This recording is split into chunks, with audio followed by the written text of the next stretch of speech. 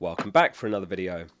It's a tight turnaround, so a double upload today as we look forward to more action in Gameweek 15, which kicks off on Tuesday. Let's run through how the team's set to line up this week and the transfer plans for Gameweek 15. Starting with a quick look back at how last Gameweek went. 72 points all out, a decent game week and a green arrow again. Ton of ground made up since the wildcard, from 3.5 mil to 227k at the moment, heading in the right direction certainly. The two transfers were Cash and Diaby out for Pinnacle and Bumo. Happy enough with those moves given Cash and Diaby were both benched, though Diaby got an assist off the bench. Couple of points gained on those moves at least. A bit unfortunate not to get a Pinnacle clean sheet. Their 0.23 expected goals conceded was the best of Gameweek 14. Likewise, if you had an Arsenal defender, a bit unfortunate. It was a mistake from Zinchenko punished, as Arsenal defeated Wolves 2-1. Absolute heroics from Gordon once again. I actually can't believe how great he's turned out as a pick from Gameweek 7. He's played a huge role in the Green Arrows recently. Still yet to blank at home, with 5 goals, 4 assists in home games this season. He is flagged at the moment though, we'll talk more about that in a second. Watkins, a real frustration for those that sold him, putting up his first double-digit return for months with a goal and an assist. Not much between Haaland and Salah captains in the end, with Haaland on 7, Salah 5. Son had quite a game against City, with a goal, assist and an own goal. He's the 5th player in the Premier League history to do that. Let's have a look at how the team looks for Gameweek 15 and the transfer plans this week. In goal, Areola's away to Spurs. It's now 8 games since he kept a clean sheet. You can't expect much from a budget keeper really, but I expected more than that. I'm strongly considering a goalkeeper transfer this week, and it'd be a surprise if he does get anything away to Spurs. West Ham have been given just a 13.5% chance of a clean sheet for that fixture. In defence, we line up with Pinnock, Saliba and Tsimikas. We saw just 3 clean sheets on the weekend. My gut feeling says we see a ton more this week. With such a packed schedule, at the moment teams can't afford to run themselves into the ground, and they probably don't have the energy to play at 100% anyway in many cases. Pinnock is away to Brighton. He was ultimately picked over Colwill last game week, as I wanted someone nailed for the winter period. Colwill could actually be nailed as well to be honest, and some points dropped there on that call after Colwill netted against Brighton. Pinnock's 1.38 expected goals ranks 3rd among defenders this season. He's got the odd goal in him as well.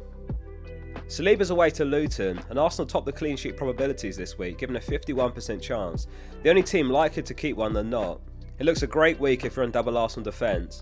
A lot of speculation whether Gabriel starts this game. Happy to have picked Saliba, who in theory should start every game and at least saves that headache. I think Gabriel starts 9 out of every 10 anyway, so not much between them, and obviously Saliba is a bit more expensive now. Tsimikas is another one who you have to start and just hope he plays.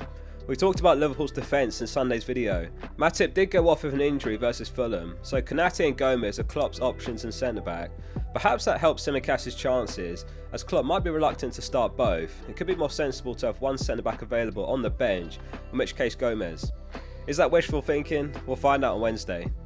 The bench is light, so the best type is everyone plays. In midfield it's Son, Saka and Bumo, Gordon and Salah. Son could be the next player to join the 100 club, currently sitting at 94 points. Salah and Haaland the only two to have passed that milestone so far. Spurs only racked up 0.46 expected goals in total in a 3-3 draw, so an unbelievable result, and Son was pivotal.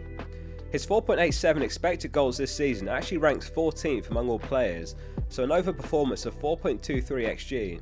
That's just what he does though, and he's a good example of when underlying numbers aren't everything, as he's an elite finisher and he consistently overperforms. Saka has 12 returns this season, which ranks 4th for goal contributions. Haaland has 19, Watkins 17 and Salah 16. He probably watches these videos, Saka, because last week we talked about his lack of goals recently. He scored a quality goal against Wolves. The hope is to have a set and forget midfield for the next few game weeks, and in this case he's arguably a season keeper. Mbeumo was substituted for the first time of the season last match. Last video actually said it was probably because they were 3-1 up at that point, but that was actually a slight error. They scored their 3rd goal just after he went off. I do expect it was just a rest though, and Frank had faith in the team to see the win out. He's so crucial for them, and I take the substitution as a positive. He's away to Brighton, who have just conceded 3 to Chelsea, and their back 4, as we predicted, was Veltman, Van Heck, Igor and Hinshelwood. They've been really unfortunate to be ravished in injuries in that department. Estupinan, Lamptey, Webster, Dunk and March are all out at the moment. Dunk's his suspension though. From an FPL perspective, as an Mbeumo owner, he at least stands a better chance of returns. I don't suppose we'll hear anything on Gordon and his availability. He reportedly had tightness in his hip and he was struggling towards the end of the Man United game, and as such he's yellow flagged at the moment. Their game is on Thursday as well, so it seems unlikely we'll get news. He's an easy hold, and if he plays, he's up against his old team in Everton, which could be added motivation. Salah gets the armband this week. It's a lot harder to make the case against him this week. Sheffield United rock bottom in the league. They conceded 5 to Burnley just last match. Most goals conceded in the league, worse for expected goals conceded, and it looks like they go into the Liverpool game without a manager as well. Sorry if you're a Sheffield United fan watching this. In a nutshell, feeling very settled on Salah captain. Up top it's Watkins and Haaland, with these two up against one another. Could be a great game this one. Man City missing a couple of players in Rodri and Grealish, and Doku potentially injured. Villa's high line could equate to goals for Haaland as well, and likewise Rodri's absence could equate to more opportunities for Watkins. Man City's 2 losses this season were the 2 times that Rodri was suspended in Gameweek 7 and 8. If he sold Watkins, it was a reasonable decision if he picked up someone like Darwin or Isak, but an unfortunate outcome. There's of course still every chance that it swings back this week. Even if Darwin doesn't start, he can get a return off the bench against Sheffield United. And what I will say is make sure you do have a plan to get Watkins back in Gameweek 18, when he will be heavily captained home to Sheffield United himself. Onto the bench quickly and then transfer plans. The bench is Turner, Maguire, Archer and Kabore. Bench is looking very light this week, with Maguire playing Chelsea, Archer's got Liverpool and Kabore's got Arsenal.